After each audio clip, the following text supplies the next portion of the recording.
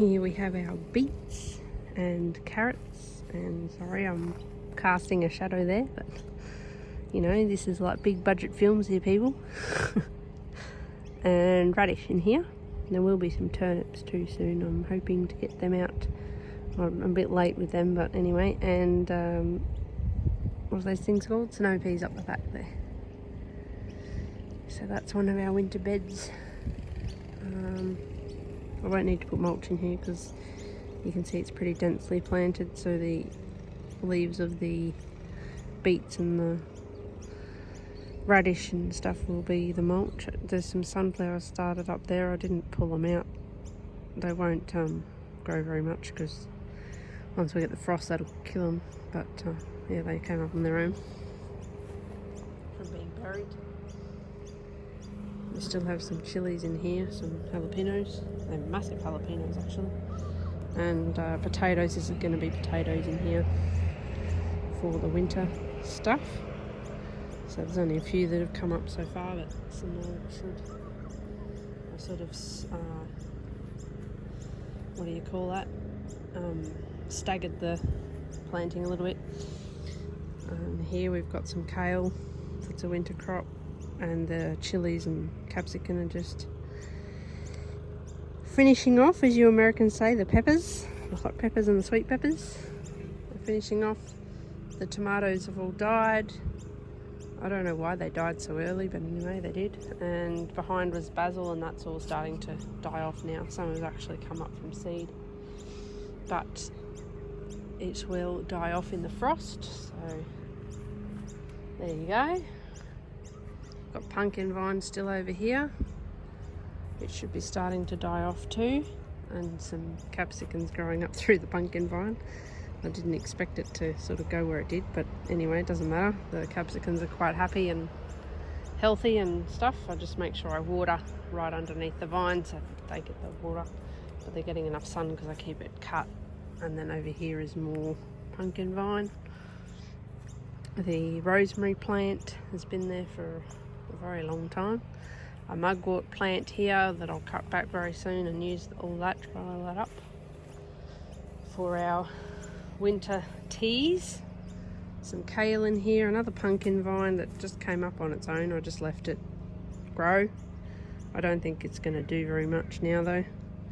And the cranberries over there, they really need a lot of water, these cranberries actually. They're a bit high maintenance. And a blueberry up the back there. I did have more blueberries, but they died because the mugwort took over and I wasn't here to trim it back. And then in here, I don't know if you can see any of this, but there's cauliflower and broccoli in here. Little seedlings, or as you Americans say, cauliflower and broccoli. I love the American accent. I think it's hilarious. They probably think ours is too. And then we've got the echinacea. That's we've harvested all the flowers off that and dried them into tea. Still got some leaves that we'll harvest as well. Some yarrow over the back there. There's another yarrow plant flowering over there. Well, it was flowering. I don't know if it still is. And we'll harvest the leaves and stuff off that. Some winter spinach down in the corner there. And we'll just move around. We've got seedlings over here. Some snow peas and some lettuce and some mustard greens and stuff that are to go out. There it is, the yarrow flower. It's quite pretty. I like the yarrow, the little white flowers down here. And yes, I will be using those as well. I'm drying them out and maybe make some poultices and stuff like that with it. So see what happens. And that's the yard garden, not excluding the fridge garden, which I might show you in this video as well. Forest garden with the pomegranate trees. Or back to Eden orchard type thing. Another pomegranate. And a kumquat tree. It's actually got some kumquats on it. It's down here. don't know if you can see that, the leaf's in the way.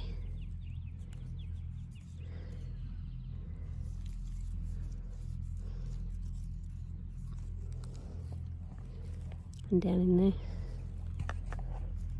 pretty terrible lighting at the moment.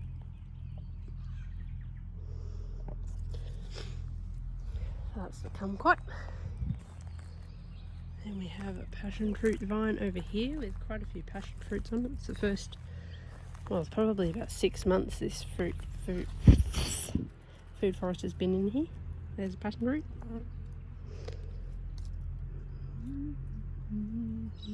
There's a few on there.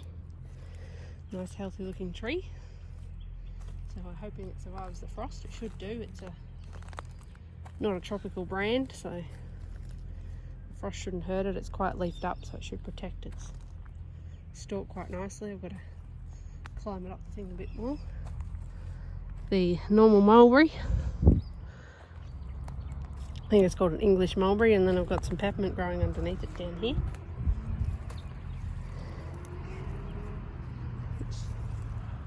Heaps and heaps of peppermint. I started with a really small plant and it's just expanded out.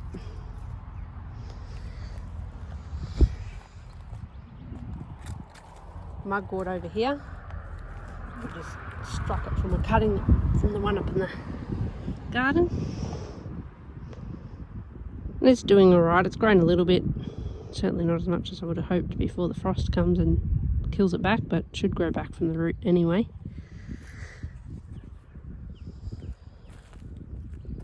That's part of our herb layer in this garden, our red mulberry.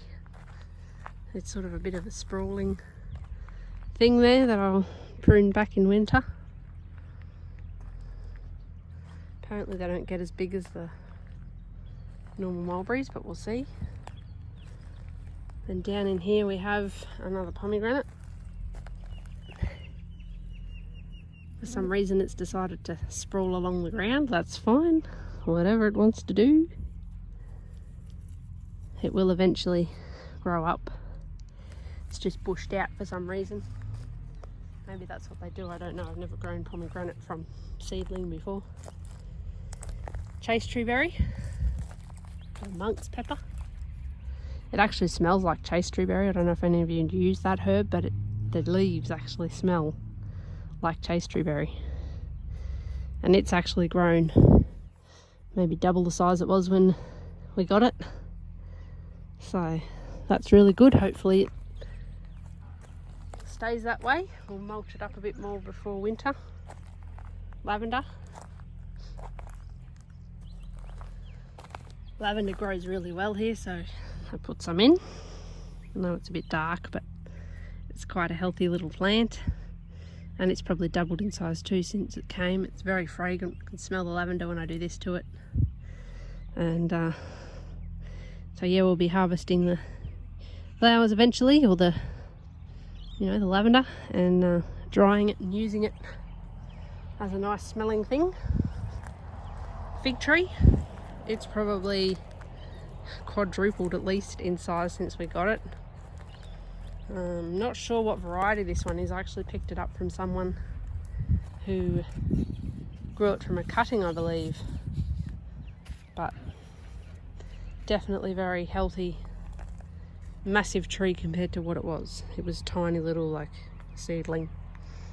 Only, maybe 2 inches tall or something. It wasn't very big anyway. The lemon tree unfortunately died. Don't know what happened there. The leaves just fell off and that was the end of that. Another fig tree, the same type as the other one. I'm not sure again what type it is. It hasn't grown as much, but certainly has at least tripled in size. It was the same size as the other one. Actually, I think it was a little bit smaller than the other one.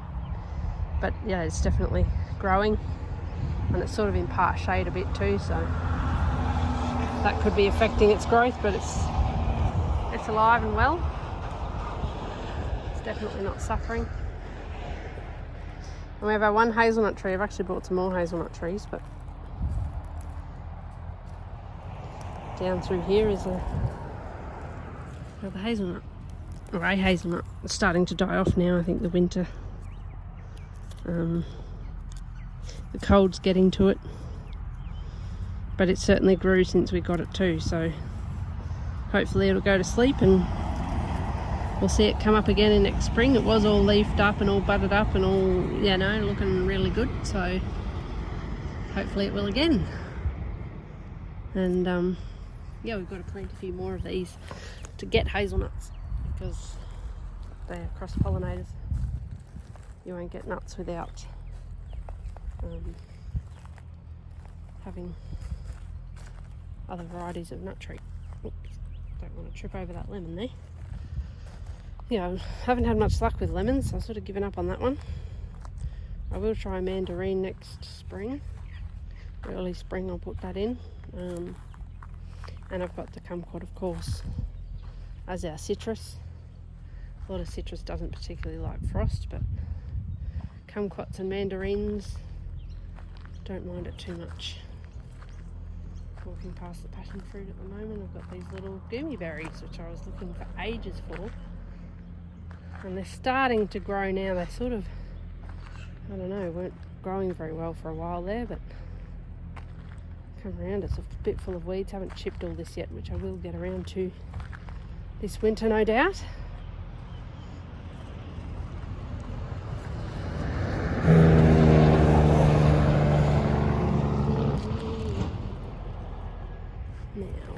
These little things. It's very hard to find things when it's so weedy.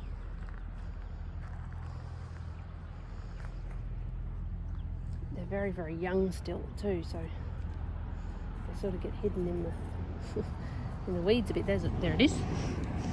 There we go. That's a Gimme Barry, and it has grown. It's probably about half as big, or grown about half of the size that it was, if that makes any sense. That doesn't make sense in my head, but I'm sure it does. So yeah, if anyone can think of a grammatical way to say that properly, please let me know. I don't know, whatever. It's half, no, I don't know, I don't speak English. There's 3 of them, but who knows where they are, hidden in all this weedy crap that needs to be pulled out and got rid of, so it looks like the rest of the garden. But anyway, you get the idea. That's the Gimme Barry. There's 3 of them along the fence line there. They do need to be remulched and